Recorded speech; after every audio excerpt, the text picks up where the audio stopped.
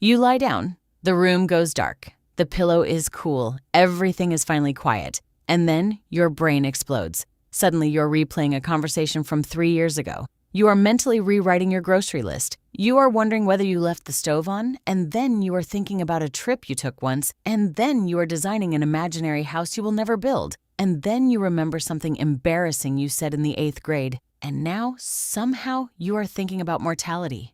You did nothing to start this. You were just trying to sleep.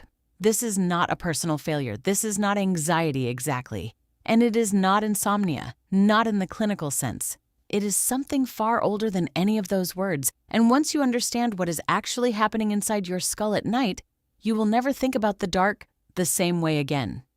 Here is where it starts. Your brain is not one thing. It is not a single machine with a single purpose. It is more like a committee. And during the day, that committee has a very loud chairman. Scientists call it the task-positive network. It is the part of your brain that focuses. It handles the email, drives the car, follows the conversation, and keeps your thoughts pointed at whatever is directly in front of you. As long as you are doing something, the chairman is talking and the rest of the committee stays in their seats. But when you stop doing something, the chairman goes quiet and the rest of the committee finally gets to speak. What takes over is called the default mode network. Neuroscientist Marcus Reichel at Washington University discovered this system in the late 1990s when he noticed something strange in brain imaging data.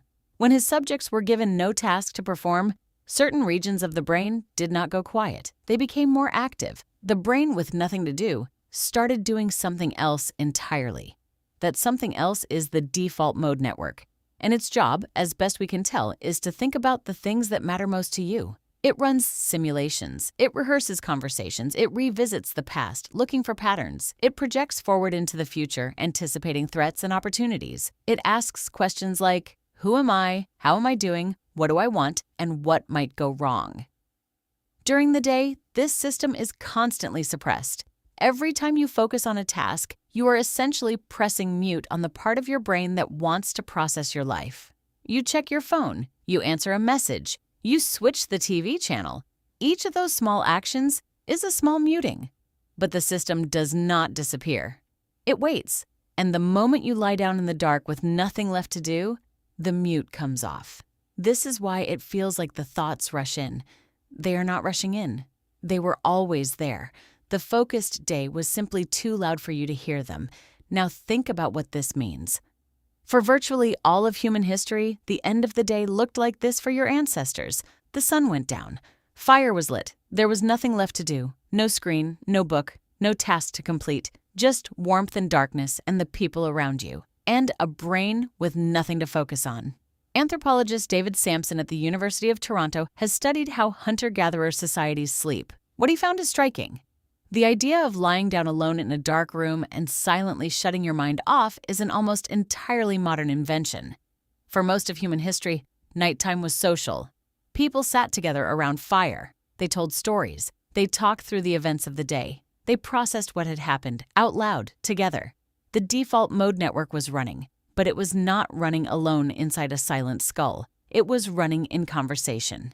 The thoughts that came up were spoken, shared, and responded to. The brain was doing exactly what it was designed to do at the end of the day, reviewing, processing, connecting. But it had somewhere to put all of it. Now you lie in a silent room, alone. The same brain, doing the same ancient thing, except the conversation has nowhere to go. So it loops. This is why the thoughts feel so sticky at night. Psychologist Matthew Killingsworth at Harvard ran a large-scale study tracking people's thoughts throughout the day using a smartphone app that asked subjects what they were thinking at random moments. He found that nearly half of all waking thoughts are not about what a person is currently doing. The mind wanders constantly. But at night, with all external anchors removed, the wandering has no structure. The brain generates a thought, cannot find a resolution, generates the next thought, cannot find a resolution, and so cycles back through everything that feels unfinished. And what does the brain consider unfinished? This is where it gets interesting. The brain does not flag as urgent the things that went well today. A conversation that ended pleasantly does not need to be rehearsed. A task you completed does not need to be re-examined. What the brain circles back to over and over is the open loops, the unresolved conflict, the uncertain outcome, The thing you said that you are not sure landed right, the decision you have not yet made. Psychologist Bluma Zygarnik described this phenomenon in the 1920s. She noticed that waiters in a restaurant could remember the details of incomplete orders with striking precision. But once a meal was delivered and the order was complete, they forgot almost immediately. The brain, she concluded, prioritizes unresolved tasks. It keeps them active, keeps returning to them until they are closed. Your mind at night is running through every open order on the table, every undelivered meal, every conversation that did not reach a clean ending, every plan that is still just a plan, and it is trying, in the dark and in the quiet, to finally deliver something. The trouble is that most of these things cannot be resolved at 11 at night in your bed. The email cannot be sent, the conversation cannot be finished, the decision will have to wait until morning. But the brain does not accept that. It keeps returning because that is what it was built to do. Because for your ancestors, unresolved things in the environment were often genuinely dangerous. A threat that was not fully processed at night might kill you by morning. Your brain is not broken. It is doing exactly what a human brain is supposed to do in the dark. It is just doing it in a world that no longer matches the conditions it was built for. There is another layer to this, and it changes everything. When you're lying still in the dark, your body has no sensory input to compete with. During the day, the world is constantly giving your nervous system something to process. Sound, light, movement, temperature, touch. All of it feeds into the brain and gives it something concrete to anchor to. But at night, in stillness, the external signal drops to almost nothing. And when the external signal drops, the internal signal gets louder. Neuroscientist Carl Friston at University College London has spent years developing a model of how the brain processes reality. One of its central ideas is that the brain is always making predictions about the world and comparing them to incoming sensory data. But at night, the incoming data nearly disappears. The brain, with nothing to compare its predictions to, turns its predictive machinery inward. It starts running simulations of possible futures and possible pasts with nothing to correct it. This is why the thoughts feel so vivid. They feel real in a way that daytime thoughts do not.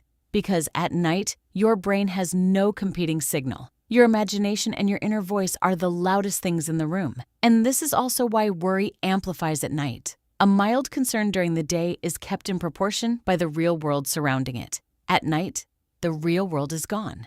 The concern expands to fill the silence. A small worry becomes an intrusive worry becomes a spiral. You are not weak for this. You are not broken. You are running ancient software on a modern problem. Here's what this tells you.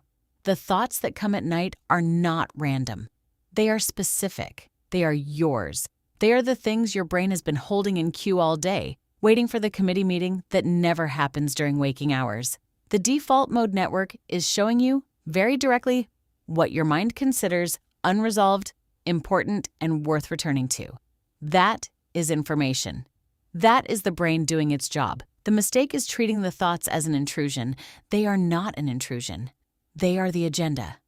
The brain is not attacking you when it runs through your worries at night. It is trying to help you. It is trying to finish the work. The societies that slept well were the ones that gave the brain somewhere to do that work. The fire, the conversation, the storytelling, the communal processing of the day. They did not suppress the default mode network. They fed it, they gave it inputs and responses and resolution. And by the time the fire went low and sleep approached, the open loops had been spoken aloud, heard, and temporarily closed. The next time you lie down and the thoughts arrive, remember what is actually happening. Your default mode network is coming online. The chairman has left the room. The committee has the floor. And they are trying to work through the same questions that every human mind has sat with at the end of every day for hundreds of thousands of years. Who am I? How am I doing? What do I want? What might go wrong?